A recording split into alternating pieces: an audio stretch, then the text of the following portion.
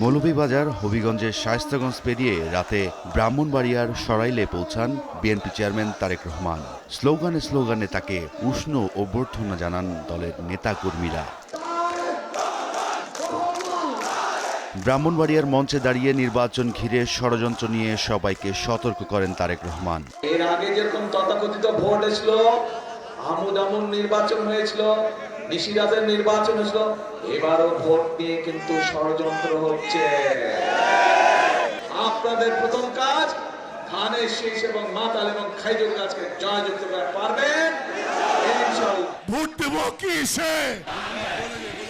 মধ্যরাতের ঘণ্টা যখন ১২টা পেরিয়েছে ততক্ষণে কিশোরগঞ্জের ভৈরব স্টেডিয়াম মাঠে হাজির হন বিএনপি চেয়ারম্যান। রাত ১২টা ১৭ মিনিটে জনসভাস্থলে পা রাখেন তারেক রহমান। প্রবাসীদের ভোটে অনিয়ম থেকে শুরু করে ভোটারদের ব্যক্তিগত তথ্য সংগ্রহের অভিযোগ তোলেন তিনি। পত্রিকার খবরে দেখলাম যে পোস্টাল ব্যালটগুলো সরিয়ে ফেলা হচ্ছে। দেখেছেন আপনারা খবরটা? তাদের কারণে এই দেশের লক্ষ লক্ষ মা বোনের সম্মান হানি হয়েছিল সেদিন।